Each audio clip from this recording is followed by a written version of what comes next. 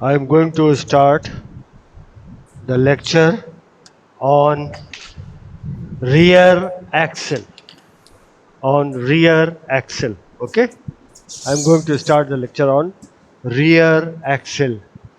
Rear axle is a very important component of an automobile through which the power is being transmitted. So, introduction. In most of the front engine, rear wheel drives the car. Rear axle are used for transmitting power from differential to driving wheel. Differential से driving wheel की तरफ जो power जाता है, that is being controlled by the rear axle. These axles act as a bearing for road wheels and also provide attachment for the spring. Bearing for road wheel जो है इनसे connected होता है और स्प्रिंग वगैरह जो सस्पेंशन सिस्टम का होता है वो भी इन्हीं से ही कनेक्टेड होता है. In addition to supporting the weight of the rear of the vehicle, the rear axle serve as a beam subjected to bending load. है ना? It works as a beam also on which the bending load comes over that. Such rear axle with their different type construction operation are desirable to deal with. है ना? तो अब rear axle क्या होता है? What is rear axle? There are two type of axles. दो type के axle होते हैं. Dead axle and live axle. The axle that is used in bullock cart is a dead axle. बैलगाड़ी में जो एक्सिल लगता है वो एक्सिल तो घूमता नहीं है, सिर्फ व्हील उसके ऊपर घूमता है ना? बैलगाड़ी में जो एक्सिल होता है उसमें व्हील लगे रहते हैं, तो व्हील घूमता है लेकिन एक्सिल नहीं घूमता है. This axle does not rotate, only the wheel on the axle rotate. In the live axle itself rotate. जो लाइव एक्सिल होता है उसमें एक्सिल ही रोटेट करता है खुद. Due to this the wheel rotate. Axle भी रोटेट करता है तब व्हील रोटेट करता है. This type of axle is used in car and other vehicle. Car में यूज होता है और भी बहुत से व्हीकल में यूज होता है. The propeller shaft transmit the power from the gear box to differential. The differential rotates. Hello, हाँ जी, हाँ बोलिए. हाँ भाई, मिस्टर मिस्टर मिस्टर लव बोल रहे हैं. लव लव साहनी है. हाँ बोलिए, क्या है, क्या कहना चाहते हैं?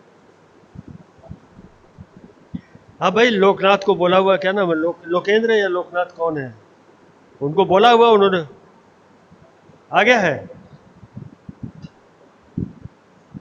हाँ तो उनको बोलिए, लोकनाथ को बोलिए लाके लगा दें. हाँ तो तुरंत आइए आप, बीआईटी कॉलेज में आ जाइए. 4 बजे, 4 बजे करीब आइए. अभी हम कॉलेज में लेक्चर ले रहे हैं. हाँ 4 बजे तक आइए. अरे भैया पहले आप आइए तो हम देखें तो उसको. हाँ आपको. हाँ बीआईटी कॉलेज, उनसे लोकनाथ से पूछिए, बताएंगे एड्रेस. वो भी आए थे, पूरा डिटेल ले लीजिए. Okay okay.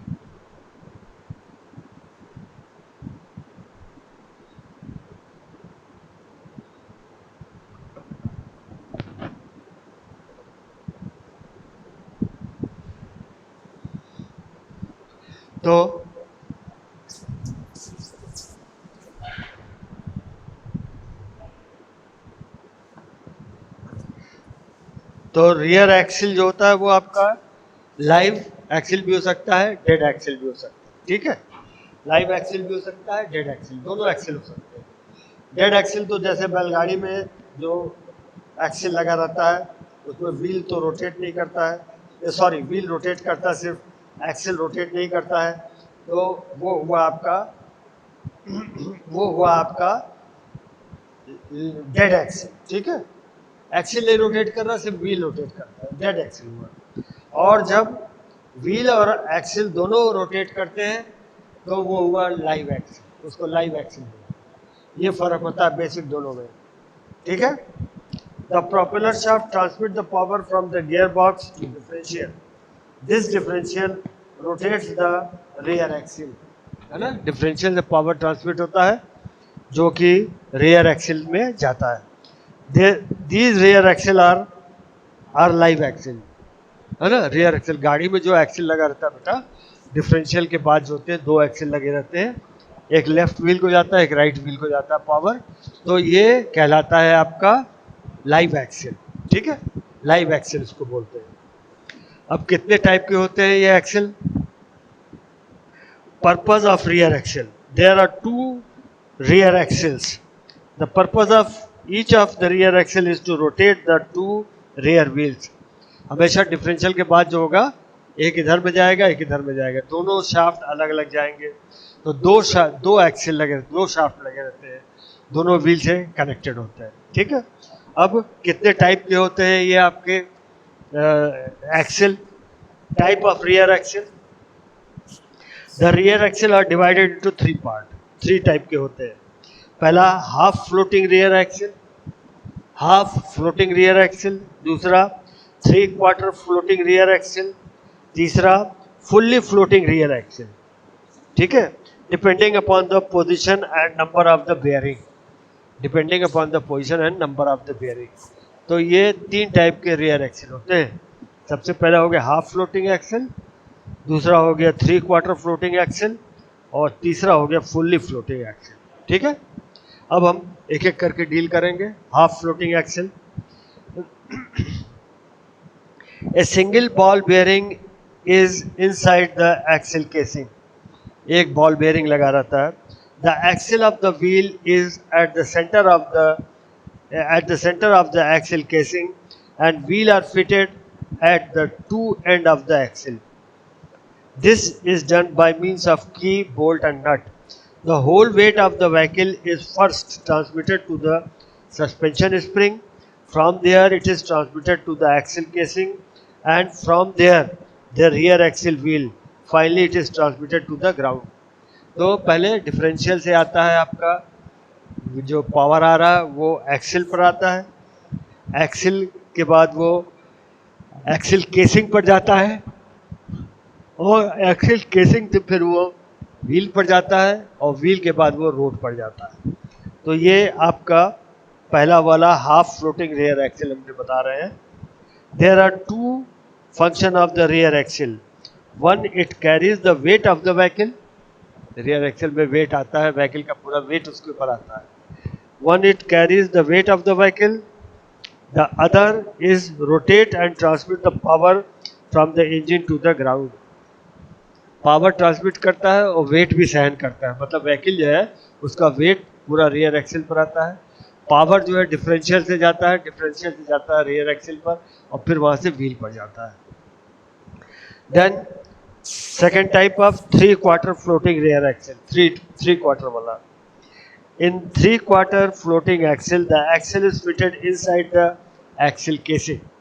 तो axle casing में अंदर ही रहेगा ही। A simple ball bearing is on the outer side between the wheel and the axle casing. A simple ball bearing is on the outer side between the wheel and the axle casing. The wheel is fitted with the axle by means of key and bolt and nut, है ना। की bolt और नट के through fix किया रहता है ये। The weight of the vehicle is supported partially by the axle casing and partially by the axle. Vehicle का वेट जो है बेटा वो कुछ एक्सिल केसिंग पर जाता है और कुछ एक्सिल पर जाता है, पूरा का पूरा एक्सिल पर नहीं जाता। The major part of the load is taken by the axle casing and not by the axle, है ना। एक्सिल केसिंग जो होता है वो उसके ऊपर मेजर लोड उसके पर आता है, व्हीकल का मेजर लोड जो है वो एक्सिल केसिंग लेता है। The axle only takes care of the rotation and transmission of the power. Axle जो है सिर्फ पावर ट्रांसमिट करता है।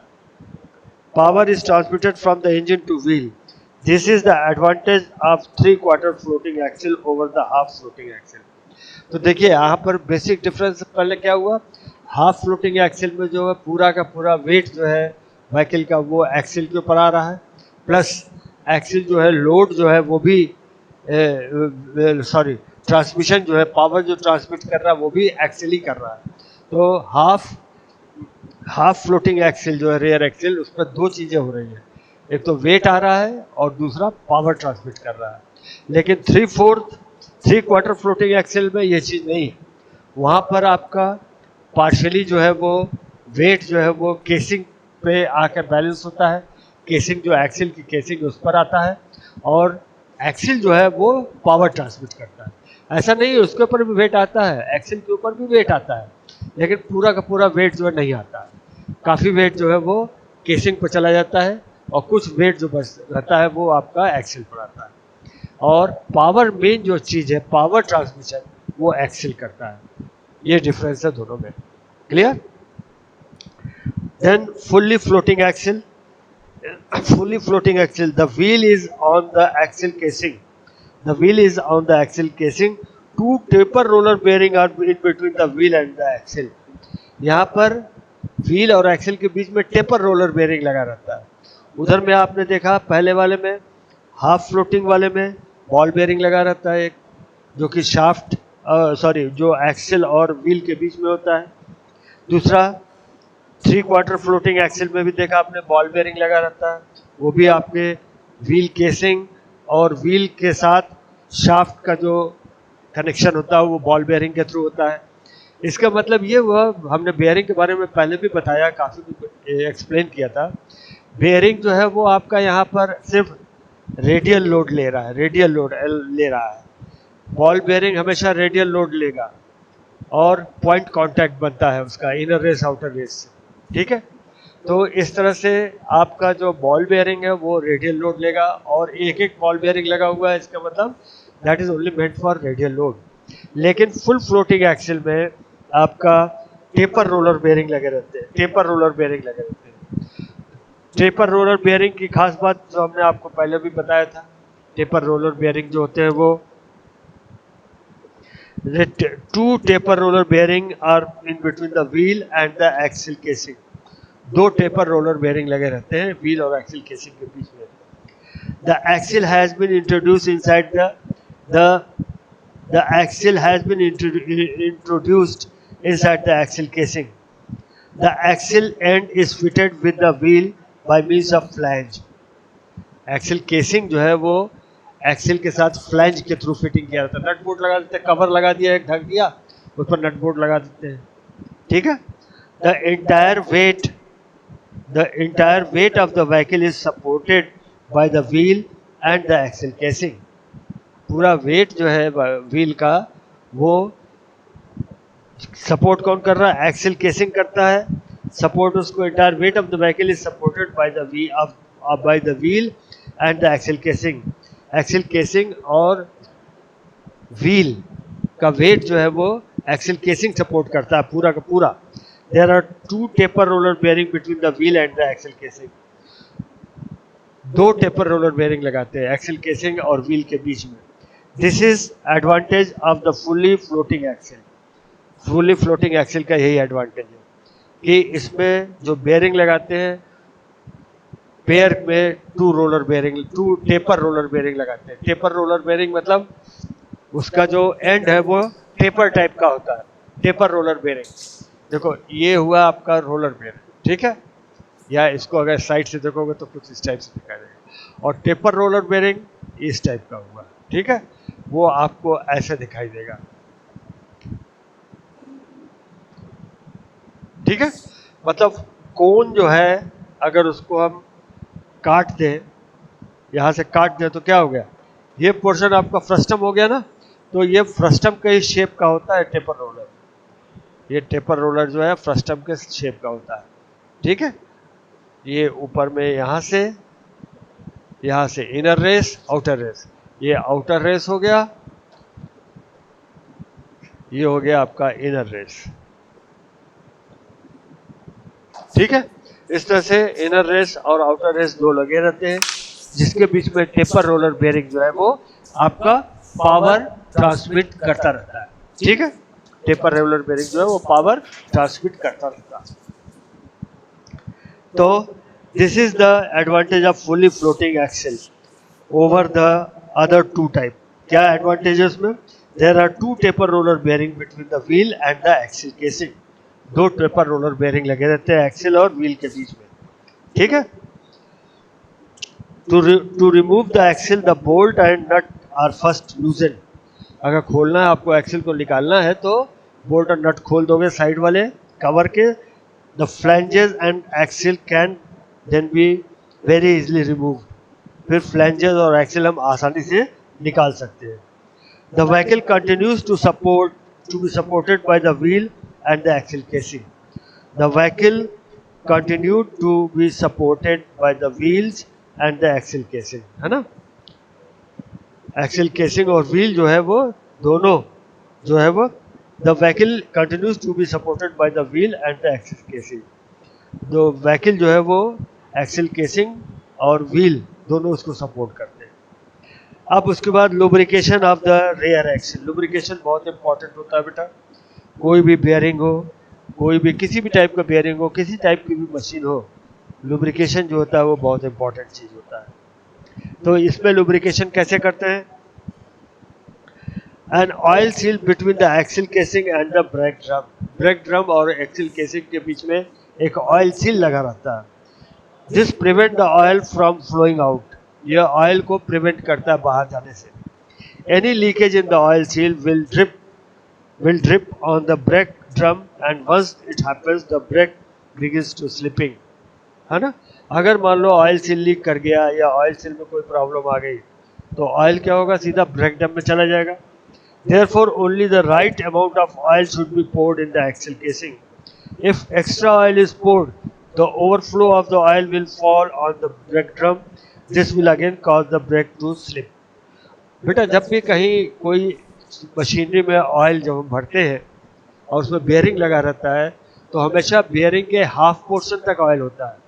या तो हाफ पोर्शन होगा या उससे डाउन हो सकता है. टाइम लगेगा. 2:30 फिर से करना पड़ जाएगा हमको. अच्छा एक क्या है? आल्ट क्या था? पी, कंट्रोल पी ना? कंट्रोल पी ना? हाँ भाई, तो कंट्रोल पी से ही तो होता है. So, in continuation of my lecture, that is your rear axle. Okay? तो अभी हम लोग लुब्रिकेशन की बात कर रहे थे. Oil leakage to that oil. अगर ऑयल का लेवल बेटा इसमें कहीं भी किसी भी जगह पर हाफ से ज़्यादा नहीं होना चाहिए. बहुत हो तो हाफ तक होना चाहिए. वैसे हाफ भी सफिशिएंट. बेयरिंग वगैरह के लिए हाफ लेवल तक सफिशिएंट. हाफ से लो है तो ज़्यादा बेटर है और हाफ से अप नहीं होना चाहिए. हाफ से अप होने पर जो है नुकसान हो सकता है. नुकसान क्या हो सकता है कि क्या रीज़न हो सकता है? रीज़न होगा कि बेयरिंग जो लगा हुआ है वो तो चल रहा रनिंग में है. तो जब रनिंग में है तो फ्रिक्शन तो क्रिएट होगा ही.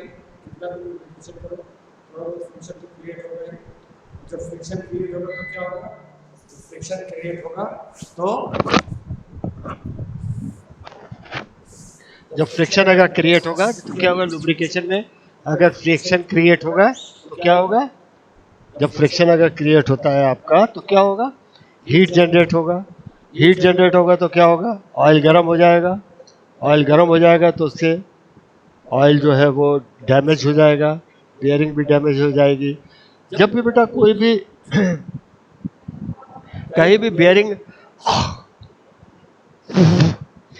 बेयरिंग वगैरह लगा रहता है तो बेयरिंग जहाँ भी लगा रहता है वो बेयरिंग जब भी होता है तो वहाँ पर जो ऑयल लेवल हम मेंटेन करते हैं वो ऑयल लेवल हमेशा हाफ से कम होना चाहिए. वो ऑयल लेवल हमेशा हाफ से कम होना चाहिए. हाफ से ऊपर कभी नहीं होना चाहिए. तो अगर ऑयल लेवल हाफ है then it is well and good. लेकिन हाफ से ज़्यादा नहीं होना चाहिए. कोई भी बेयरिंग जैसे कोई पंप है, मान लीजिए पंप में क्या होता है? पंप में शाफ्ट होता है, जानते ही आप. शाफ्ट में एक साइड पर कैंटिलीवर टाइप का होता है, उधर इम्पेलर लगा रहता है. दूसरे साइड पर फ्लैंज लगा रहता है, कपलिंग फ्लैंज जो होता है मोटर के साथ उसको कपल कर दिया जाता है। अब ये शाफ्ट का पोर्शन जो दो बियरिंग के बीच का पोर्शन है शाफ्ट का, वो एक बॉक्स होता है या केसिंग होता है जिसमें कि ऑयल डाला जाता है। उस केसिंग में हम ऑयल जो डालते हैं वो शाफ्ट के हाफ तक डालते हैं सिर्फ। और बाहर में एक इंडिकेटर लगा रहता है, ग्लास इंडिकेटर लगा रहता है, वो ये शो करता है कि हमारा इसमें बेयरिंग में कितना, हमने केसिंग में कितना ऑयल हमने डाला, हमारे केसिंग में कितना ऑयल पड़ा या कितना ऑयल गया, ठीक है, उसके ऊपर डिपेंड करता है। तो ऑयल अगर ज़्यादा डाल देंगे हम तो हमारा ग्लास का केसिंग, ग्लास इंडिकेटर पर एकदम शो करेगा सामने, तो तुरंत हम ऑयल को थोड़ा ड्रेन कर देते हैं। मान लो हमने ऑयल ज़्यादा डाल भी दिया, ग्लास इंडिकेटर पर ऑयल शो कर देगा हाफ से ज़्यादा हो रहा है, तो तुरंत हम उस ऑयल को ड्रेन कर देते हैं। और ऑयल जो है अगर हाफ से कम भी है तो भी बेटर है, बहुत कम नहीं होना चाहिए लेकिन कम होना चाहिए, बेटर है। तो इस तरह से हम जो है एक्सेल में भी सेम चीज़ है, एक्सेल जो होता है वो भी ऑयल में ही डूबा रहता है, और जो ऑयल में डूबा रहता है तो उसको जो है वो ऑयल जो है वो हाफ से कम होना चाहिए, हाफ से कम रहना ज़्यादा बेटर होता है। अगर मान लीजिए हमने हाफ से ज़्यादा ऑयल कर दिया या हो गया तो क्या होगा, ऑयल जो है वो हीट भी होगा, गर्म भी होगा। दूसरी बात, ऑयल जो है वो अगर ऑयल सील लगा हुआ रहता है, ऑयल सील ब्रेक ड्रम और एक्सेल के बीच में जो ऑयल सील होता है वो ऑयल को रोके रहता है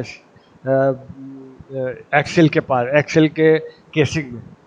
लेकिन अगर थोड़ा सा भी ऑयल हमने बहुत ज़्यादा भर दिया तो एक तो गर्म होगा ऑयल, फिर उसका वॉल्यूम भी थोड़ा बहुत बढ़ सकता है, तो ऑयल जो है उसके ऑयल सील लगा वो भी गर्म हो जाएगा, और ऑयल सील जब एक बार गर्म होगा तो समझ लीजिए वो लीक कर जाएगा, तुरंत लीक कर जाएगा। ऑयल सील जो होता है वो तुरंत लीक कर जाता है। तो ऑयल सील अगर लीक किया तो क्या होगा, ऑयल सील जहाँ लीक करेगा वहाँ पर क्या होगा, आपका तुरंत ऑयल जो है वो केसिंग के निकल करके, केसिंग से निकल करके ऑयल जो है वो चला जाएगा आपका सीधा ब्रेक ड्रम के केसिंग में, ब्रेक ड्रम के केसिंग में चला जाएगा। तो ब्रेक ड्रम के केसिंग में चला जाएगा तो ब्रेक आपका काम नहीं करेगा, ब्रेक फेल कर जाएगा, है ना, यही होता है नॉर्मली। ब्रेक ड्रम के केसिंग में जहाँ ऑयल गया ब्रेक फेल कर जाता है। इसलिए keeping that in view, oil का लेवल हमेशा जो है वो हम लोग बहुत नॉर्मल रखते हैं, ठीक है। ये चीज़ बहुत इंपॉर्टेंट है ऑयल के बारे में। अब मैकेनिकल इंजीनियर जो है वो उसके बारे में अगर कोई वो मेंटेनेंस वगैरह का के लिए किसी फैक्ट्री या काम में जाता है तो बेटा वहाँ पर ये चीज़ हमको बहुत फेस करनी पड़ती है, वहाँ पर हमको ये चीज़ बहुत फेस करनी पड़ती है ऑयल के बारे में। ऑयल कम भी नहीं होना चाहिए, ऑयल कम रहेगा तो भी बियरिंग जल जाएगी, और ऑयल हाफ लेवल से हमेशा कम होना चाहिए, हाफ लेवल से ऊपर ऑयल नहीं आना चाहिए। नहीं तो क्या होगा, ऑयल जो होगा वो हीट हो जाएगा, हीट होकर के क्या करेगा, ऑयल लीक करने के चांस रहेंगे। लीक करने के चांस मतलब वो ऑयल सील जो लगा वो गर्म रहेगा अगर, तो वहाँ से ऑयल लीक कर जाएगा, लीक करके चला जाएगा ब्रेक ड्रम के केसिंग में, ब्रेक ड्रम के केसिंग में जाएगा तो क्या होगा, ब्रेक ड्रम जो है वो फेल कर जाएगा, ब्रेक फेल कर जाएगा, है ना। तो इसीलिए हमने ऑयल के बारे में आपको डिटेल से बताया। फिर ट्रबल शूटिंग, क्या क्या ट्रबल आते हैं इसमें रियर एक्सेल में। पहला होता है हमिंग नॉइस, कभी कभी आपने देखा होगा गाड़ी में आवाज़ सी आने लगती है, हमिंग नॉइस मतलब गू लाइक दैट। तो ये क्यों होता है, due to worn out bearing, bearing अगर घिस गया होगा तो उसके वजह से हो सकता है ये हमिंग साउंड। तो क्या करना चाहिए, इसको रेमेडी क्या है, bearing replace the worn out bearing, bearing को तुरंत चेंज कर दीजिए, है ना। दूसरा, due to worn out gear, gear भी घिस जाते हैं चलते चलते, गियर के टीथ जो होते हैं वो वियर आउट हो जाते हैं, तो गियर टीथ अगर वियर आउट हो गए तो वो भी हमिंग साउंड करेगा, आवाज़ आएगी। तो उसके लिए क्या है, replace the worn out gear, gear को आप चेंज कीजिए भाई, गियर हटा दीजिए, नया गियर लगाइए। तीसरा होता है in some cases this noise may be due to only the excessive clearance between the pinion and the crown wheel. यह आपने देखा होगा डिफरेंशियल गियर में जो होता है पिनियन लगा रहता है, क्राउन व्हील लगा रहता है, पावर आता है आपका ट्रांसमिशन शाफ्ट से, पावर आता है पहले आपका पिनियन पर आता है, पिनियन से सीधा हो जाता है क्राउन व्हील पर, क्राउन व्हील के बाद वो बॉक्स पे जाता है, बॉक्स से जाता है फिर अंदर में जो आपके गियर लगे, 4 गियर लगे रहते हैं, तो टॉप वाले फर्स्ट और नीचे वाले गियर कनेक्टेड होते हैं उस पर जाता है, वहाँ से वो साइड गियर पर जाता है। तो अगर मान लीजिए हमारा जो क्राउन व्हील है और जो इनपुट शाफ्ट है, इनपुट शाफ्ट से पावर आ रहा है, अगर उन दोनों के बीच में क्लियरेंस हो जाएगा तो हमिंग साउंड हमारा फिर आने लगेगा, तो इसके मतलब नॉइस होने लगेगा। तो नॉइस होगा तो उसके लिए क्या रेमेडी है? उसके लिए रेमेडी है backlash and shim method of adjusting the backlash Backlash and shim method of adjusting backlash are explained in detail in the previous chapter. This method may be followed to acquire the clearance. Shim एक चीज होती है बेटा, shim क्या चीज होती है? Shim जो होती है वो क्लियरेंस को चेंज करने के काम में आती है। ये मेटेलिक पीस होते हैं, मेटेल के पीस पतले छोटे होते हैं, थिकनेस वैरिंग थिकनेस के होते हैं, ये हमको काम में आते हैं क्लियरेंस को कम करने में, क्लियरेंस ज़्यादा करने में। तो जहाँ भी हम देखेंगे कि गियर टू गियर कांटेक्ट हो रहा है और वहाँ अगर क्लियरेंस बढ़ गया है तो हम शिम लगा करके उस क्लियरेंस को कम कर सकते हैं, समझे? शिम लगा करके वहाँ उस क्लियरेंस को कम कर सकते हैं। तो पहला था आपका हमिंग नॉइस, दूसरा knocking knock. Worn out splines of the axle shaft may cause knocking और clinking sound. स्प्लाइन शाफ्ट पर ही तो लगा रहता है आपका, वो स्प्लाइन शाफ्ट के ऊपर, एक्सेल के ऊपर स्प्लाइन शाफ्ट ही तो लगा रहता है। तो स्प्लाइन शाफ्ट भी अगर घिस जाएगा, स्प्लाइन शाफ्ट भी अगर घिस जाएगा तो आपका नॉकिंग साउंड आने लगेगा, खट खट खट खट लाइक दैट। तो उसको रिमूव करने के लिए रिप्लेस द डिफेक्टिव शाफ्ट, आप शाफ्ट को रिप्लेस कीजिए, नया शाफ्ट लगाइए जिसमें स्प्लाइंस नए कटे होंगे। स्प्लाइंस का बेटा कोई सब्स्टिट्यूट नहीं मिलेगा कि आप स्प्लाइंस को रिपेयर कर दें, no, you can not repair it. Splines shaft को आप रिपेयर नहीं कर पाएंगे, रिपेयर करेंगे तो सही नहीं रिपेयर हो पाएगा, है ना? चाहेंगे कि हम वेल्डिंग कर दें उस पोर्शन पर जहाँ घिस गया, फिर मशीनिंग कर देंगे, लेकिन वो चीज़ नहीं मिल पाएगी फिर। दूसरा, chipped teeth of some gear in the rear axle may cause the knocking sound. Chipped teeth of the some, अब मान लो गियर में चिपिंग हो गया है कहीं, चिपिंग समझ रहे हो ना, जैसे हैमर से मार करके लोहे के ऊपर तो थोड़ा मटेरियल रिमूव हो जाता है, तो चिपिंग अगर हो गया है तो गियर में चिपिंग हो सकता है कोई मटेरियल रिमूव हो गया हो, तो वहाँ पर भी हम उसको रिप्लेस करते हैं। कैसे? नया गियर लगा करके उसको रिप्लेस कर देते हैं। फिर थर्ड पार्ट क्या? पहला था आपका हमिंग नॉइस, दूसरा था नॉकिंग, तीसरा था ड्राइव में नॉट बी ट्रांसमिटेड। आपका इंजन चल रहा है, गियर बॉक्स चल रहा है, सब कुछ चल रहा है, वहाँ से ट्रांसमिशन शाफ्ट भी दिखाई दे रहा चल रहा है, अंदर डिफरेंशियल में भी जा रहा है, लेकिन पावर नहीं जा रहा व्हील के ऊपर। तो there must be some reason, power क्यों नहीं जा रहा? तो रीजन क्या हो सकते हैं? Out of two half shaft any one of may be broken. दो हाफ शाफ्ट लगे रहते हैं ना पीछे में, हो सकता है एक टूट गया हो, अंदर ही कुछ टूटा हुआ पड़ा हो, तो आपको पावर कहाँ से जाएगा? नहीं जाएगा ना पावर उस केस में। तो उसके लिए replace the broken shaft, shaft जो है आप तुरंत चेंज कीजिए, ठीक है। दूसरा रीजन हो सकता है they may be strip, replace the axle shaft. Strip मतलब छिल जाता होगा, कोई कारण होगा, कुछ स्ट्रिपिंग हो गई होगी, तो उस केस में भी आप एक्सेल शाफ्ट को रिप्लेस करेंगे। फिर teeth of the some gear in the rear axle drive में बी स्ट्रिप, कोई दांता भी खराब हो गया होगा गियर का, हो सकता है डिफरेंशियल में गियर लगा रहता है ना, डिफरेंशियल गियर में कोई दांता खराब हो गया होगा, उसमें चिपिंग हो गई होगी, या घिस गया होगा, या टूट गया होगा, कुछ भी हो सकता है। Any damage can be there, chipping हो सकती है, स्ट्रिपिंग हो सकती है, ब्रोकन हो सकता है, वियर आउट हो सकता है, तो गियर विद सच डिफेक्ट में बी रिप्लेस्ड। तो ऐसे हुए गियर को आप तुरंत रिप्लेस कर दीजिए। लास्ट में there may be fractured taper key in the hub, there may be fractured taper key in the hub, replace the fractured taper key. Fracture taper key को आप रिप्लेस कर दीजिए, है ना, फ्रैक्चर टेपर की जो उसको आप रिप्लेस कर दीजिए। इस तरह से हमारे पास जो है, जो प्रॉब्लम आती है हमारे पास ट्रबल शूटिंग, जो रियर एक्सेल में जो ट्रबल शूटिंग आती है, पहला होता है हमिंग नॉइस, घुम घुम घुम आवाज़ करे, दूसरा होता है नॉकिंग, खट खट खट खट आवाज़ करे, तीसरा होता है ड्राइव ट्रांसमिशन जा ही नहीं रहा है। तो इन तीनों के लिए अलग अलग रेमेडी हमने आपको बताया क्या हो सकता है, इसको कैसे ठीक कर सकते हैं। अब थोड़ा सा समरी इसका देखा जाए। Rear axle rotate the two rear wheel. Live axle are used as rear axle in cars. Car में लाइव एक्सेल ही होते हैं, डिफरेंशियल से पावर जाता है एक्सेल में, एक्सेल से व्हील पड़ जाता है power. Rear axle are of 3 type, rear axle 3 type के होते हैं, अभी तीनों हमने बताया आपको नाम, यहाँ लिखा भी है हमने नाम सबका। Half floating rear Excel, 3/4 floating rear Excel and fully floating rear axle. 3 type के रियर एक्सेल हुए, हाफ फ्लोटिंग, 3/4 और फुल्ली फ्लोटिंग, है ना, ये 3 टाइप के रियर एक्सेल हुए। उसके बाद in half floating rear axle the bearing are inside the axle casing. Half floating जो होता है उसमें बियरिंग जो लगा रहता है वो एक्सेल के अंदर में लगा रहता है, इनसाइड द एक्सेल, ठीक है। तो वो बेयरिंग जो होता है वो लोड लेता है, पूरा वेट, गाड़ी का वेट लेता है, प्लस पावर भी ट्रांसमिट वही करता है, ठीक है। इन 3/4 floating rear axle, the major part of the load is taken by the axle casing and not by the axle. 3/4 में क्या होता है, जो लोड गाड़ी का आ रहा है वो मेजर पोर्शन गाड़ी का लोड जो होता है वो taken by the axle casing. Axle casing जो होता है वो लोड लेता है, जो मैक्सिमम लोड होता है वो एक्सेल केसिंग लेता है, ना कि एक्सेल लेता है।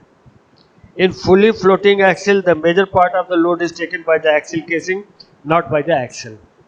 In fully floating axle, the wheel is on the axle casing and bearing are between the wheel and the axle casing. Bearing जो होते हैं व्हील और एक्सेल केसिंग के बीच में होते हैं। फुली फ्लोटिंग में हमने आपको बताया बेटा, उसमें टेपर रोलर बेयरिंग लगे रहते हैं, टेपर रोलर बेयरिंग लगे रहते हैं। टेपर रोलर बेयरिंग के बारे में हमने डिटेल आपका लेक्चर लिया हुआ ऑलरेडी, यूट्यूब पर गया है भी उसका हमारा video lecture, that is about the bearings, different type of bearing, कैसे वर्क करते हैं बेयरिंग। तो टेपर रोलर बेयरिंग का क्या फंक्शन हुआ, टेपर रोलिंग का मतलब हुआ, टेपर रोलर का मतलब हमने आपको समझाया कि कोन को अगर हम काट दें बीच में से तो जो नीचे वाला पोर्शन बचेगा वो टेपर होगा ना, वो टेपर होगा ना। इसी तरह से बेयरिंग होता है, बेयरिंग में एक साइड का डायमीटर कम है, दूसरे साइड का डायमीटर ज़्यादा है, then it is taper roller bearing. Taper roller bearing की खासियत क्या होती है, ये आपका रेडियल लोड तो लेता ही है, रेडियल लोड जो आ रहा है वो लेता है, प्लस वो एक्शियल लोड भी लेता है, एक्शियल थ्रस्ट भी लेता है। तो axial thrust plus radial load दोनों लेता है टेपर रोलर बेयरिंग। और प्लेन रोलर बेयरिंग जो होता है बेटा वो सिर्फ आपका रेडियल लोड लेगा। प्लेन रोलर बेयरिंग का लाइन कॉन्टैक्ट होता है। बॉल बेयरिंग जो होगा वो भी आपका सिर्फ रेडियल लोड लेगा।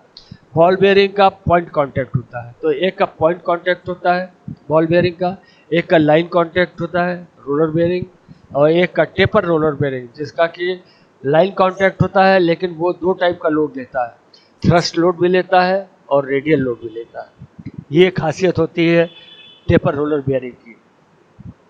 फिर उसके बाद oil which is used in the lubricate the rear axle is poured in the axle casing. ये जो एक्सेल केसिंग होता है बेटा हमारा, उसमें हमारा पूरा ऑयल भरा रहता है, लेकिन कितना ऑयल भरा रहता है अभी हम डिस्कस कर चुके हैं, हाफ लेवल तक सिर्फ ऑयल जो है हाफ लेवल तक भरा रहेगा, उससे ज़्यादा नहीं ऑयल भरते हैं उसमें। ये रीज़न हम अभी डिस्कस कर चुके हैं क्यों हाफ लेवल तक ऑयल भरते हैं, जिससे कि हीट जनरेट ना हो, हीट जनरेट होगा तो ऑयल डैमेज हो जाएगा। और ऑयल सील जो लगा रहता है, ऑयल सील जो है वो एक्सेल केसिंग और ब्रेक ड्रम के बीच में लगा रहता है। ये ऑयल सील क्या करता है, ऑयल को रोक के रखता है एक्सेल केसिंग के अंदर।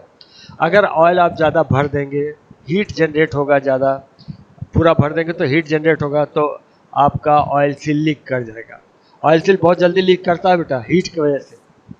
रबर का ऑयल सील जो होता है, ऑयल सील रबर का ही होता है ज़्यादातर, वो हीट की वजह से हमेशा एक्सपैंड कर जाता है। एक्सपैंड करेगा तो उसमें स्प्रिंग लोडेड ऑयल सील में क्या होता है, एक इनर लाइन, इनर रेस होता है और एक आउटर रेस होता है, दोनों कनेक्टेड होते हैं एक दूसरे से। इनर रेस जो होता है बेटा वो स्प्रिंग लोडेड होता है, वो शाफ्ट के ऊपर डायरेक्ट जाके बैठ जाता है।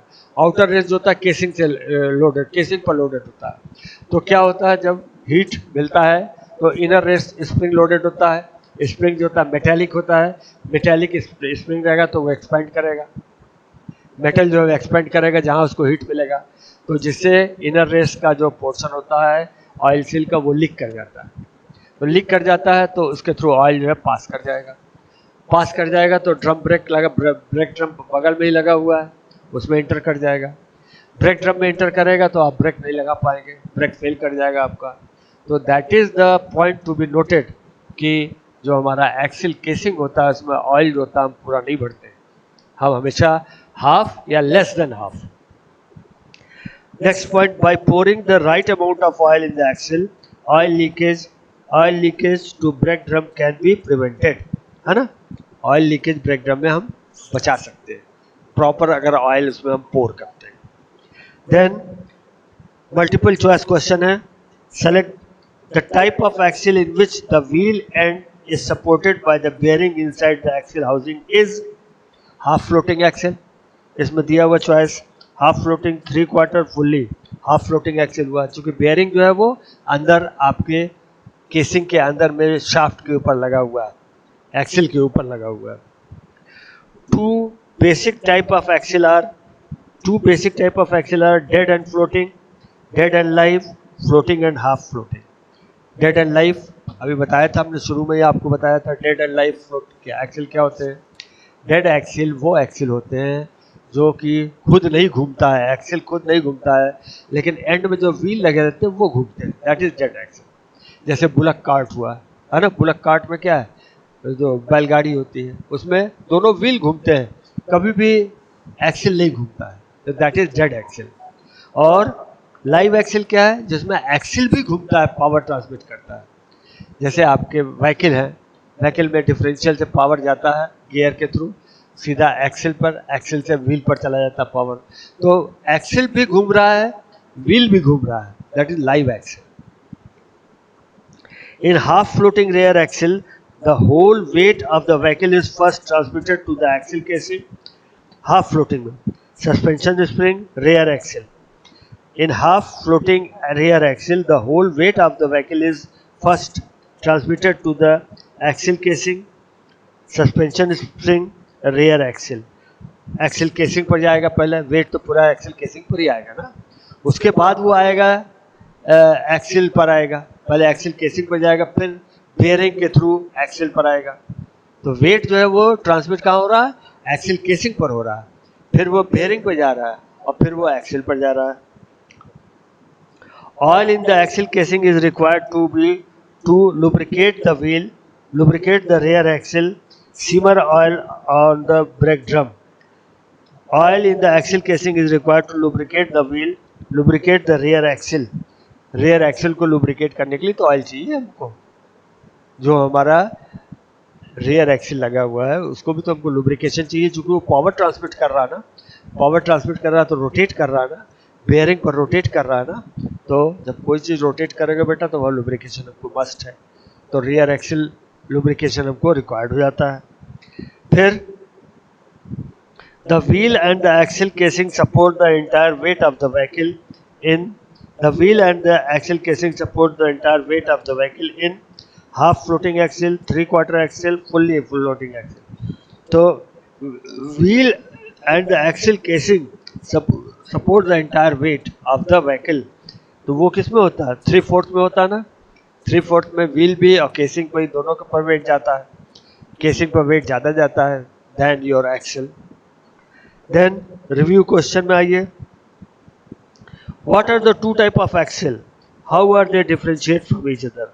टू टाइप ऑफ एक्सल अभी हमने आपको बताया, क्या बताया बेटा, that is your live axle and dead axle. अभी बोला हमने, बातचीत हो रही थी, live axle and dead axle. Live axle जो हो गया आपका जिसमें कि पावर ट्रांसमिट करता है, डेड एक्सल हो गया आपका जिसमें कि पावर नहीं ट्रांसमिट होता है। Then what are the three type of live axle, तीन तरह के लाइव एक्सल का भी हमने एग्जांपल पढ़ा, वो क्या था, fully floated axle with flange, half floating rear axle था, फिर 3/4 फ्लोटिंग एक्सल था, और उसके बाद फुल्ली फ्लोटेड एक्सल था। ये तीन टाइप के फ्लोटिंग एक्सल थे। Explain the half floating rear axle. Half floating rear axle में एक्सप्लेन करने के लिए मतलब, हाफ फ्लोटिंग रियर एक्सल में जो बेयरिंग होता है बेटा वो एक्सल और केसिंग के बीच में लगा रहता है, पूरा लोड जो है वो सीधा एक्सल पर आता है, केसिंग से होता हुआ बेयरिंग, बेयरिंग से होता हुआ एक्सल पर आता है। तो वही कर रहे हैं, explain the half floating rear axle, वो हाफ फ्लोटिंग रियर एक्सल कहलाता है। What are the two function of the half floating rear axle? दो फंक्शन क्या है उस हाफ फ्लोटिंग रियर एक्सिल के?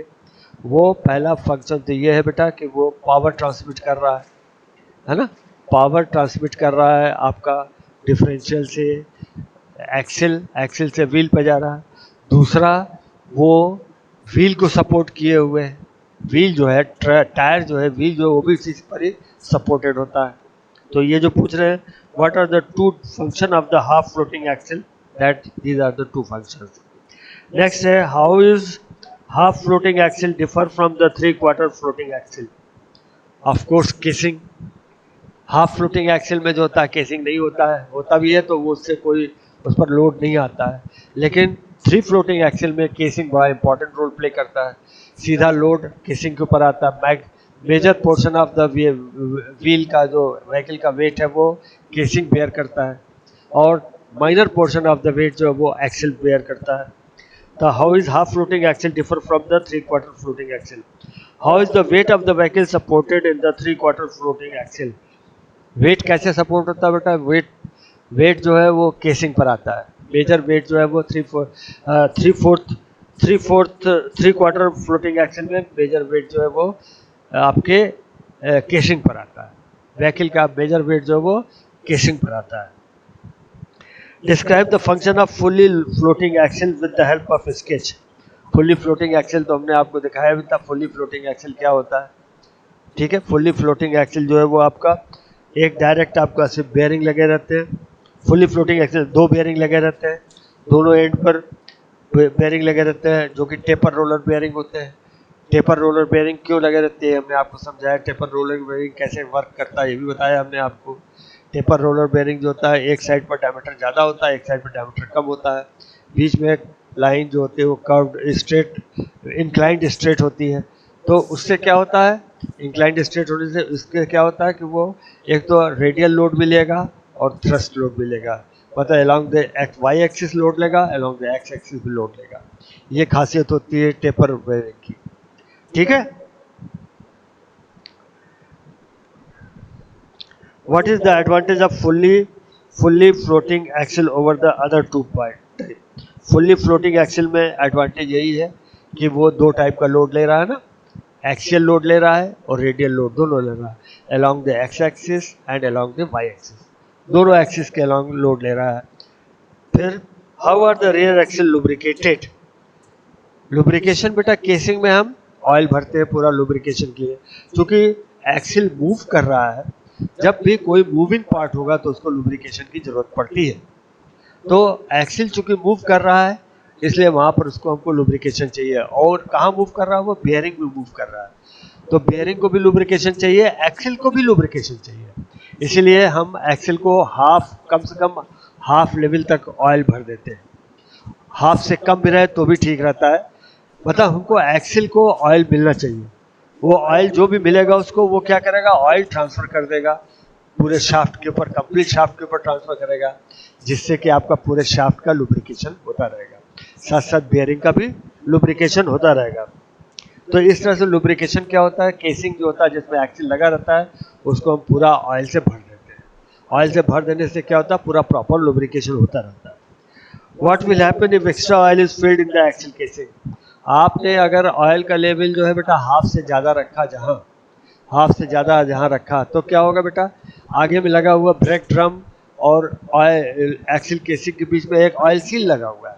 ऑयल सील क्या होता है बेटा, ये रबर का होता है, ज़्यादातर ये न्यूप्रिन रबर, स्पेशल रबर होता है, न्यूप्रिन रबर जो कि बहुत फ्लेक्सिबल भी होता है, और गर्म जहाँ हीट पड़ता है वहाँ तो हार्ड हो जाता है, तुरंत हार्ड हो जाता है। हार्ड होने से क्या होता है, लीकेज के चांसेस बढ़ जाते हैं। अब ये ऑयल सील होता क्या है, इसके बारे में थोड़ा हम लोग जानकारी हासिल करें। ऑयल सील में बेटा एक इनर रबर का एक रेस होता है, inner race of the rubber, और एक outer race of the rubber होता है। दो रेस होते हैं बेटा, आउटर रेस इनर रेस एक दूसरे से कनेक्टेड होते हैं, साइड से कनेक्टेड होते हैं। अब इनर रेस जो है उसमें स्प्रिंग लोडेड होता है, इनर रेस जो होता है स्प्रिंग लोडेड होता है। क्यों स्प्रिंग लोडेड होता है, वो शाफ्ट को जाके ग्रिप कर लेता है, कोई भी रनिंग शाफ्ट होगा उसको ग्रिप कर लेगा, तो स्प्रिंग जो है वो टेंशन देता है और वो जाकर के शाफ्ट को ग्रिप कर लेता है। आउटर रेस जो होता है बेटा वो केसिंग पर जाकर के एग्जैक्ट डायमेंशन का मीट करते हैं, डायमेंशन उसका सेम रहता है, तो जाकर के केसिंग पर जाके अटैच हो जाता है। तो आउटर रेस जो होता है वो केसिंग के और आउटर रेस के बीच में ऑयल लीक नहीं हो पाता है, क्योंकि वो हार्ड फिटिंग रहती है वहाँ पर, वहाँ फिटिंग हार्ड होती है, हैमरिंग करके तब उसको फिट करते हैं। और इनर रेस में क्या होता है, inner race of the oil seal वो स्प्रिंग लोडेड होता है, वो शाफ्ट के ऊपर ग्रिप कर लेता है, शाफ्ट को पकड़ लेता है। अब अगर मान लीजिए हमने ऑयल एक्सिल केसिंग में ऑयल पोर किया तो क्या होगा, ऑयल पोर जब आप कर देंगे अगर वो हाफ या हाफ से ज़्यादा होगा तो क्या होगा, फ्रिक्शन होगा, क्योंकि मूवमेंट हो रहा है तो फ्रिक्शन होगा ही, ऑब्वियस है। तो फ्रिक्शन जब होगा तो क्या होगा, हीट जनरेट होगा, ऑब्वियस है। हीट जनरेट होगा तो क्या होगा, जो कि आपका ऑयल सील का इनर रेस है बेटा वो स्प्रिंग लोडेड है, मतलब वो स्प्रिंग जो है मेटल का बना हुआ है। तो जब हीट जनरेट होगा तो मेटल में एक्सपेंशन होगा, ऑब्वियस है, मेटल में एक्सपेंशन होगा। तो जब मेटल एक्सपेंड करेगा तो क्या होगा, इनर रेस को जो है वो लूज कर देगा तुरंत, रबर का है वो तो रबर लूज हो जाएगा, तो इनर रेस लूज हो जाएगा। तो जब इनर रेस लूज हो जाएगा तो ऑयल जो पास कर जाएगा शाफ्ट के थ्रू, बाहर निकल जाएगा ऑयल, और बाहर निकल के बेटा वो ड्रम पर चला जाएगा, ड्रम को जा करके वो ब्रेक ड्रम है, ब्रेक ड्रम पर जाएगा, ब्रेक ड्रम में आपका ब्रेक लाइनर लगे हुए हैं, है ना, ब्रेक लाइनर ब्रेक शू लगे हुए हैं, उन दोनों के बीच में पहुंच जाएगा, उन दोनों के बीच में पहुंच जाएगा तो ब्रेक आपका नहीं लगेगा, क्योंकि फ्रिक्शन कम हो गया, फिर जहां ऑयल गया लुब्रिकेट कर दिया, फ्रिक्शन कम हो गया। तो इसीलिए what will happen if extra oil is filled in the axle casing, क्या हैपन और क्या होगा ये हमने आपको एक्सप्लेन किया अभी, ठीक है। तो इस तरह से हमने आपको बता दिया कि आपके रियर एक्सिल कितने टाइप के होते हैं और उनका लुब्रिकेशन हम लोग कैसे करते हैं, उनका लुब्रिकेशन किस हिसाब से किया जाता है, ये हमने आपको बताया पूरा। अब थोड़ा सा हम लोग व्हील्स एंड टायर पर भी तवज्जो देंगे। Wheels and tyre,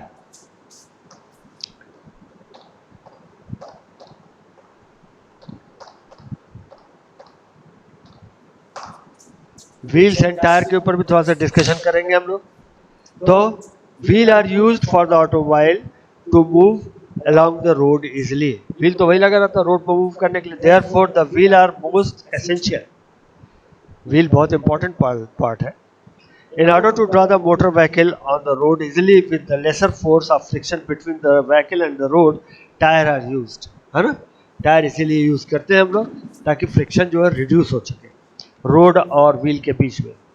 The wheel along with the tire has to take the vehicle load, tyre के साथ व्हीकल लोड भी लेना रहेगा व्हील को, तो wheel along with the tire takes the vehicle load, provide a cushioning effect and cope with the steering control, cushioning effect देता है wheel जो होता है, व्हील टायर के बीच में जो होता है वो एक कुशनिंग इफेक्ट आ जाता है ना, कुशनिंग इफेक्ट आता है। Disc wheel are predominantly used in all type of vehicle, disc wheel हम लोग हर एक गाड़ी में ज़्यादातर यूज़ करते हैं। Radial ply tyre are preferred when comparing the use of bias ply tyre due to many advantage. आजकल बेटा जो टायर आ रहे हैं रेडियल टायर ही आते हैं ज़्यादातर ना, चौड़े चौड़े होते हैं, देखा होगा आपने, बहुत चौड़े होते हैं वो रेडियल टायर, है ना।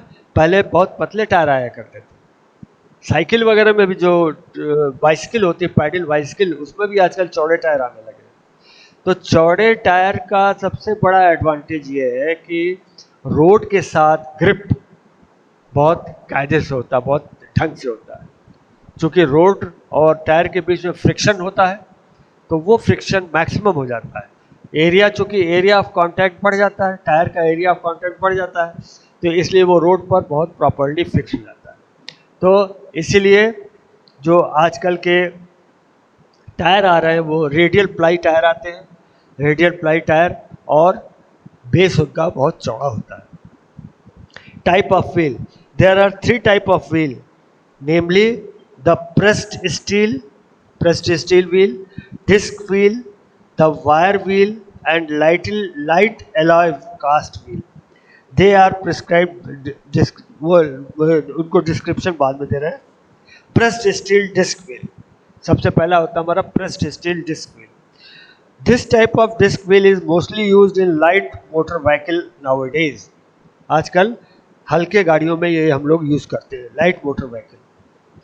Shows a disc wheel which is made of pressed steel.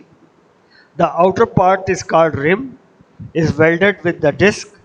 In some rim, bolt and nut or rivet is also used. है ना? Rim और disc जो होते हैं एक दूसरे से bolted भी होते हैं, welded भी होते हैं. A separate cover is also provided on the wheel disc. Wheel disc के ऊपर एक अलग से कवर भी लगा रहता है. Tire with tube or tubeless tire rest on the rim. Tubeless tyre जो होता है वो रिम के ऊपर रेस्ट करता है और ट्यूब लगा हुआ तो उसके अंदर ट्यूब रहेगा. The steel disc perform the function of a spoke. Steel disc जो स्पोक का फंक्शन परफॉर्म करता है. जैसे आपने देखा होगा टू व्हीलर वगैरह में पहले, अभी तो नहीं आता, तीली साइकिल में देख लो, साइकिल में स्पोक्स लगे रहते हैं.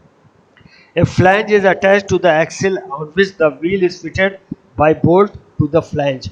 फ्लैंज और बोल्ट के फ्लैंज लगा रहता है जो कि व्हील के ऊपर फिट किया जाता है. Air is passed to the inner side of the better cooling brake brake drum inside. Air हमेशा इसके थ्रू पास होते रहना चाहिए. चूंकि आपका ब्रेक है, ब्रेक ड्रम लगा हुआ है, तो ड्रम के ऊपर से एयर पास करेगा तभी तो ब्रेक की कूलिंग होगी.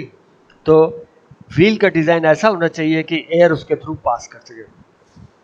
The brake drum inside. Some slot are provided in the wheel disc to allow the air. Hole किया रहता है, स्लॉट बने रहते हैं जिससे एयर पास करता है. Then wire wheel.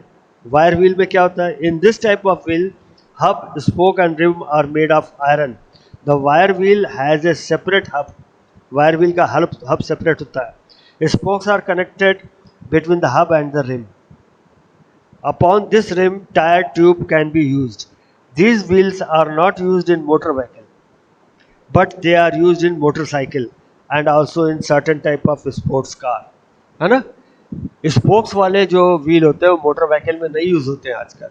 कहीं भी आप देखेंगे, बहुत पुरानी गाड़ियों में होता था पहले, पुरानी गाड़ियों में स्पोक्स वाले व्हील लगते थे, लेकिन अब कहीं भी आपको स्पोक्स वाले व्हील नहीं देखने लगे. स्पोक्स वाले व्हील जो होंगे या तो टू व्हीलर में लगे रहते हैं या बाइसिकल में लगे रहते हैं. बहुत रेयर अब यूज होते हैं स्पोक्स वाले. Then third comes light alloy और cast force wheel. The latest trend is the use of light wheel in automobile.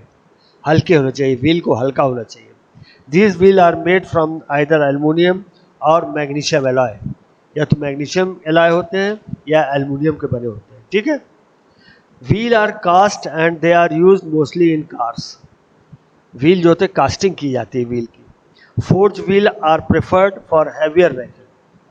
जो ट्रक वगैरह में देखे होंगे आप, उनका जो रिम होता है कितना हैवी होता है, बहुत हैवी होता है, चूँकि उनको हैवी लोड लेना रहता है. तो लोड अगर ज़्यादा रहेगा तो अगर रिम नहीं मजबूत रहेगा तो डैमेज हो जाएगा, ब्रेक डाउन हो जाएगा. A magnesium alloy wheel weight about half the steel wheel and 70% of aluminum alloy wheel are of the same strength. Aluminium का एलॉय जो होता है बेटा, उसका स्ट्रेंथ भी बहुत होता है और हल्के भी होते हैं. मैग्नीशियम एलॉय भी जो होता है वो भी स्ट्रेंथ होता है, हल्के भी होते हैं, लेकिन एल्युमिनियम से ज़्यादा नहीं होते हैं, स्टील से ज़्यादा होते हैं. स्टील सबसे ज़्यादा भारी होगा, मजबूत होगा, भारी भी होगा. तो इसलिए मैग्नीशियम एलॉय का रिम यूज़ करते हैं या एल्युमिनियम एलॉय का रिम यूज़ करते हैं. Advantage of light alloy wheel is that their weight decreases. Weight decrease हो जाएगा, कम हो जाएगा. Thus up spring weight being reduced. Up spring weight, नीचे वाला weight जो होता है up spring weight होता है. टायर ट्यूब जिससे कनेक्टेड होते हैं, उसके बाद स्प्रिंग लगा रहता है ऊपर में, दैट इज डैशबोर्ड के साथ स्प्रिंग वेट में लगा रहता है. तो लाइट अलॉय रहने से अनस्प्रिंग वेट जो है वो घट जाता है. Then type of the tyres. कितने टाइप के टायर होते हैं? Usually there is tube fitted inside the tyre. This tyre along with the tube is mounted on the rim. पहले पहले जो अभी आते थे, अभी तो खैर ट्यूबलेस टायर भी आने लगे हैं, पहले ट्यूब वाले ही टायर यूज होते थे. Tubeless tyre are also available. These are basically similar to the above mentioned tire type, but this tire has no tube. The cross section of the tubeless tire is shown. It is directly attached to the rim. Tubeless tyre directly rim से attached होता है। The air chamber is completed by the rim itself. The tyre is inflated by high pressure air, है ना, high pressure air से उसको हम, tyre को जो होता है वो हम उसमें हाई प्रेशर एयर फीड करके उसको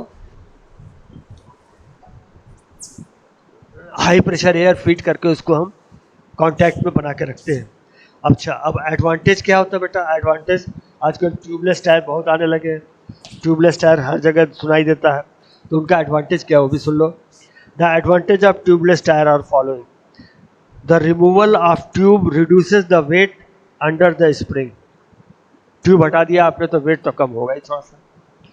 this makes the car rider lighter, smoother and safer, जिससे कि हल्का हो जाएगा वो, वेट जब कम हो गया तो हल्का हो गया ना टायर, ट्यूब टायर हल्के हो गए तो स्मूथ रनिंग होगी गाड़ी की, लाइट होगा, हल्का होगा। दूसरा, fuel efficiency is slightly better, steering and road holding are good. Fuel भी थोड़ा सा बचेगा चूंकि लाइट है, हल्का हो गया, और स्टीयरिंग कंट्रोल भी बेटर होता है ट्यूबलेस टायर में। If punctured, the tubeless tire let the air out slowly. But in tube tire, the deflation is fast, thereby damaging the tire and the tube. जो हमारा ट्यूबलेस टायर होता है अगर puncture हो जाता है तो उसका हवा बहुत धीरे धीरे निकलता है, मतलब हम किसी गैराज तक पहुंच सकते हैं जहाँ पर रिपेयर होता है। लेकिन ट्यूब वाले टायर में तुरंत पंचर हो जाएगा, हवा निकल जाएगा, जिससे हमारा ट्यूब भी डैमेज होगा, टायर भी डैमेज होगा। The tube in a tubeless tire tend to move inside the tire. The tube in a tubeless tire tend to move inside the tire, generating heat that causes premature tube failure. है ना? The tube in a tube tire tends to move inside the tire. Tube थोड़ा बहुत move भी कर सकता है अंदर में, जिससे कि हीट जनरेट होगा। जब भी मूवमेंट, कोई भी बेटा दो पार्ट अगर एक दूसरे से रिलेटिव मूवमेंट होगा तो हमेशा फ्रिक्शन जनरेट होगा, तो इससे फेलियर हो सकता है, टायर का फेलियर हो सकता है, ट्यूब का फेलियर हो सकता है। All manufacturer of the new generation car in India have examined the possibility of fitting the tubeless tires in their cars and promote the use of tubeless tire due to many advantages over the tube tire as followed in many other countries. ठीक है, tubeless tyre सबसे बड़ा advantage है बेटा, puncture होने के बाद भी हवा बहुत धीरे धीरे निकलती है इसमें, जबकि ट्यूब टायर में पंचर हुआ कि नहीं पूरी हवा बाहर निकल जाती है। तो ये सबसे बड़ा एडवांटेज तो यही हो गया। दूसरी बात, ट्यूब नहीं है तो पहिया थोड़ा हल्का हो जाएगा, हल्का हो जाएगा तो उसका कंट्रोल भी बेटर होगा दैन एनी अदर, है ना। Then carcass type of plies. Carcass type of plies क्या होते हैं? प्लाई, टायर के प्लाईज होते हैं ना। Tires and tubeless tire are made in above the same way. Layer of cord called plies. Cord जो होते हैं उनको plies बोलते हैं। Are shaped on a form of a impregnated with rubber. Plies जो होते हैं रबर के होते हैं, रबर के ऊपर impregnated होते हैं। The rubber side wall and threads are then applied. There are three types of carcass plies which are as follows. Bias ply और क्रॉस प्लाई होते हैं, रेडियल प्लाई होते हैं, रेडियल टायर में रेडियल प्लाई यूज होते हैं। Then belt बायस type, ठीक है। तो सबसे पहले होता है हमारा बायस प्लाई और कारकास प्लाई। ये क्या चीज होता है? बायस प्लाई और कारकास प्लाई क्या होता है? इसमें मतलब हम लोग कारकास टाइप ऑफ प्लाईज,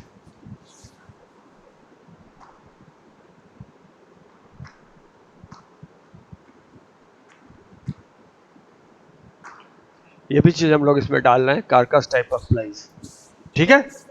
तो कारकास टाइप ऑफ प्लाईज क्या चीज हुआ आपके?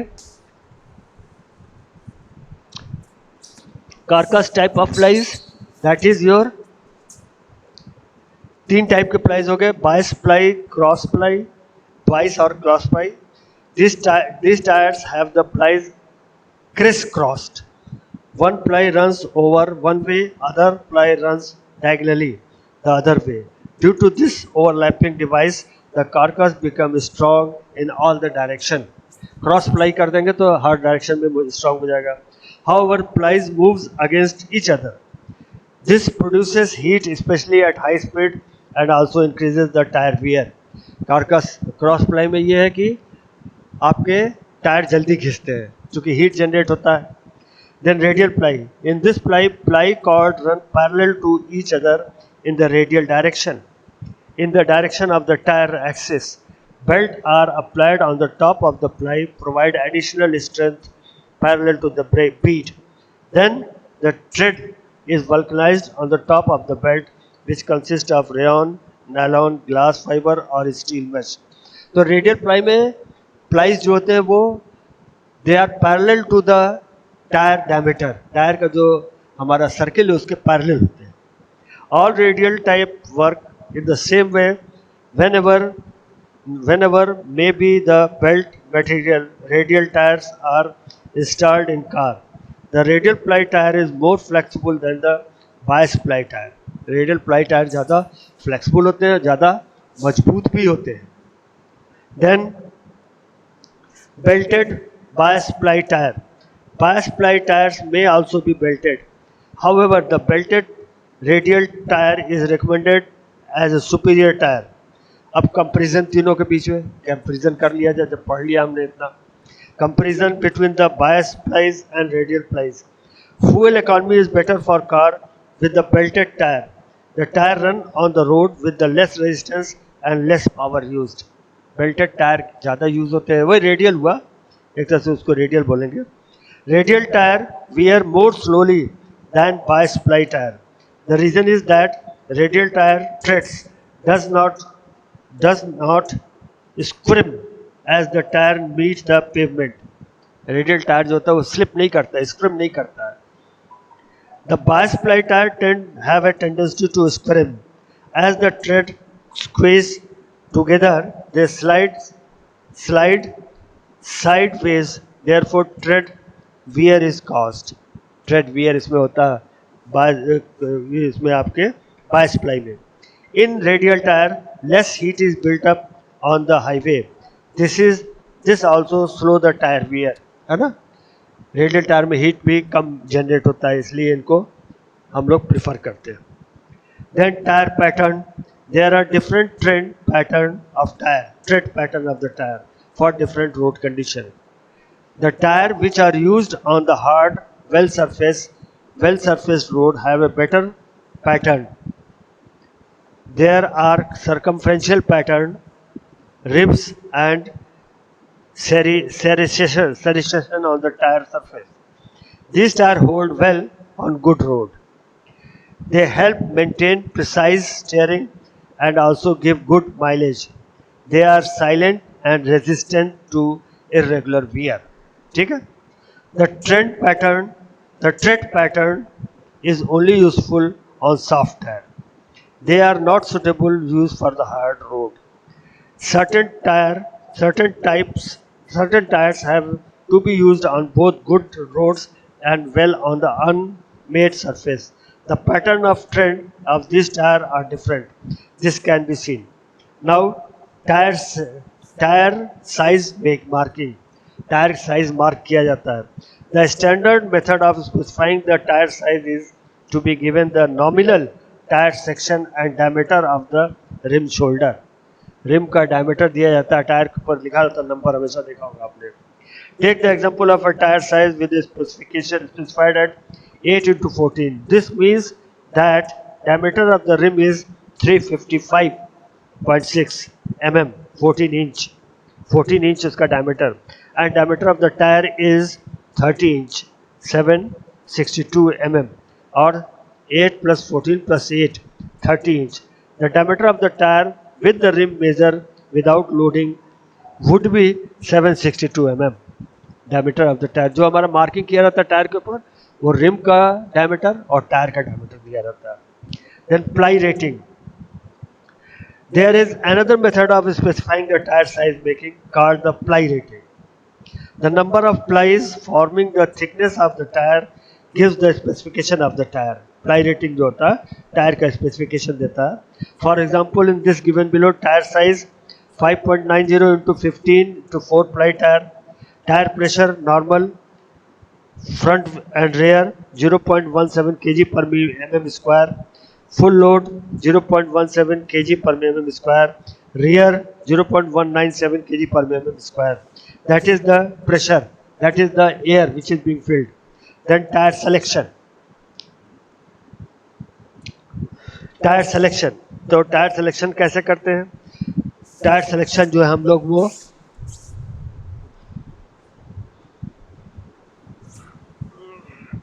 टायर सिलेक्शन कैसे करते हैं? टायर सिलेक्शन जो होता है वो हम कैसे करते हैं? टायर सिलेक्शन जो है वो हम selection of the tyre depend upon the load acting पर tyre, second the surface on which vehicle is going to move, third the selection of tire is made on the basis of specification for various tire given by the manufacturer, specification जो manufacturer देता है उसके हिसाब से हम choose करते हैं. The selected tire should be suitable for the load capacity and road condition. It should also be proper for the type of the job for which the vehicle is intended. vehicle किस लिए use कर रहे हो? जैसे truck है, truck के लिए use कर रहे हो तो हैवी वेट हो गया वहां पर, तो उसी हिसाब से टायर सेलेक्ट करेंगे. लाइट वेट अगर है, कार है, कार बहुत लाइट वेट होता है, उसके लिए अलग टाइप का टायर यूज करेंगे. तो ये टायर का सिलेक्शन भी व्हीकल के टाइप के ऊपर भी डिपेंड करता है. इन्फ्लेशन प्रेशर, अब प्रेशर कितना होना चाहिए? Inflation pressure are specified by the manufacturer for every type of tire. They help to meet the requirement of the good performance, heat control, tread kilometer and comfort. They also help in better vehicle control. Tyre में हवा सही होनी चाहिए. The pressure in the tire should not be low. If it is low, there will be excessive flexing in the load band around the wall that can lead to fatigue and failure of the cord. Cord fail कर सकता है. The tread wear will also be rapid. Tread का wear जो है वो भी जल्दी तेजी से होगा. Inflation pressure should be frequently checked, especially when the tire are cold. जब टायर ठंडा हो तो उसका प्रेशर जरूर चेक करना चाहिए. When a vehicle is moving on the road, its tire increases in temperature. This increases the pressure of the tube. A certain amount of allowance, say 0.003 kg per mm square, is permitted by the manufacturer. The pressure of the tire should not be reduced when vehicle is running under hot condition. Pressure कम नहीं होना चाहिए. This practice brings the pressure of the tire to a low level when it is cold. Worn out or missing valve cap should be replaced. Valve cap भी जो होता है घिसा हुआ नहीं होना चाहिए. High pressure. High pressure in the tire may cause the following trouble. Riding a vehicle will be felt hard. है ना? हाई प्रेशर रहेगा तो जो सवारी चलेगी उसको हार्डनेस फील होगा. Tyre will bruise very easily. Tyre जो है जल्दी से जो फटने के चांस रहेंगे. Tyre will shatter due to which uneven wear will occur. Shatter कर सकता है मतलब निकल सकता है, गिर सकता है, उसका कॉर्ड टूट सकता है. Centre of the tyre will be worn out rapidly. Tyre के बीच का पोर्शन जल्दी घिस जाएगा. लो प्रेशर का क्या डिसएडवांटेज है? लो प्रेशर टायर में कॉज द फॉलोइंग ट्रबल्स, उसमें भी कुछ प्रॉब्लम आती है. Rapid consumption of fuel will be high, ज़्यादा फ्यूल लगेगा. Rapid and uneven wear will be developed at the edge of the tyre, जल्दी से घिसेगा किनारे से. Wall of the tyre will become weak, दीवार उसका जो होगा कमजोर रहेगा. thereby resulting in broken tire. The tire will bruise or injured easily. Steering will be hard. गाड़ी चलाने में दिक्कत आएगी. Temperature of the tire will be high, which will cause tire wear. Tire घिस सकता है. During the low and high speed, the vehicle will become shimmy. That is, it will vibrate abnormally. है ना? हिल सकता है, वाइब्रेशन होगा. Vehicle will not roll on the curve. और जब घूमेंगे आप, चक्का घुमाएंगे, जब टर्निंग पर आएंगे तो प्रॉब्लम आएगी, स्टीयरिंग जल्दी घूमेगा नहीं. Correct pressure. Tyre pressure must be all the time be correct as specified by the manufacturer for every type of tyre. है ना? मैन्युफैक्चरर स्पेसिफाई कर देता है कि कितना टायर का प्रेशर होना चाहिए. Then tyre storage. स्टोरेज भी इंपॉर्टेंट चीज़ है. Some of the things that should be kept in mind when the storing tire are listed above. The tire should be free from oil, grease and diesel fuel. और तो grease वगैरह नहीं होना चाहिए आसपास में. Then it is always better to keep the tire standing vertically on their tread. ठीक है? Otherwise they should be stacked horizontally. The height of this stack of the tire should not exceed 2 meter. 2 metre से ज़्यादा tyre के ऊपर tyre नहीं रखने चाहिए. Then the tire should be kept away from the electric motor, gas heater, switch gear, strong sunlight, and should not be allowed to fall directly on the tire because the ultraviolet rays of the sun very harmful to the tire. The tire get damaged. है ना, धूप में नहीं tyre को रखना चाहिए. No fresh air no fresh air should be allowed to enter in the tire store. Ventilation, open windows and door bring fresh air in of the oxygen. This oxygen is speed up rubber deterioration. हवा भी नहीं जानी चाहिए. जहाँ tyre store कर रहे हैं वो बंद होना चाहिए चारों तरफ से. वहाँ पर हवा भी नहीं जानी चाहिए. Then comes tyre changing. Tyre changing क्या होता है? टायर चेंज कैसे करना चाहिए?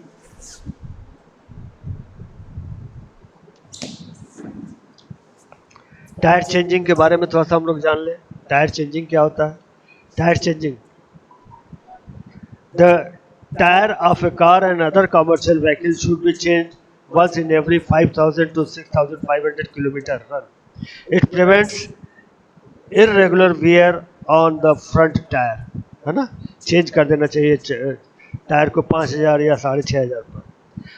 Actual procedure for changing the tire of a car: rear right wheel is changed to front wheel. Rear right wheel, rear right wheel is changed to front wheel. Wheel number 2 is changed to the rear left and wheel number 3 is changed to the front right. Wheel number 4 is kept as a spare wheel and spare wheel 5 is fitted in the right in the rear right. तो क्या हुआ? ये हमारा left में गया, ये right में गया. स्पेयर वाला हम लेके आए और फ्रंट वाला इधर वाला ला करके यहाँ लगाए. स्पेयर वाला ला करके हम यहाँ लगाए और स्पेयर वाला आगे हो गया, उसको ला करके इधर रख दिया. Tire changing procedure of commercial vehicle should be adopted as specified by the manufacturer. Manufacturer जैसा बोले उसके हिसाब से टायर चेंज करना चाहिए. The pressure of the tire should be checked while changing them. Any stone or nail on the tire surface should be removed. कोई कांटी हो, कोई पत्थर हो तो टायर के ट्रेड में घुस जाता, आपने देखा होगा. टायर के ट्रेड में घुस जाता, वो चीज़ नहीं होना चाहिए. Damages to tire and their repair. The different type of damage to the tire and method of their repair are given below. If the damage is not deep and is confined to the tread rubber, it does not need any repair. Tread rubber में कुछ घुस जाता है तो कोई damage नहीं है. But care should be taken to see that the damage does not extend to the other part of the tire. Trade के बीच में अगर मान लो कोई कील घुस गया या कोई पत्थर घुस गया तो वो डैमेज नहीं है, लेकिन उसके आगे नहीं जाना चाहिए.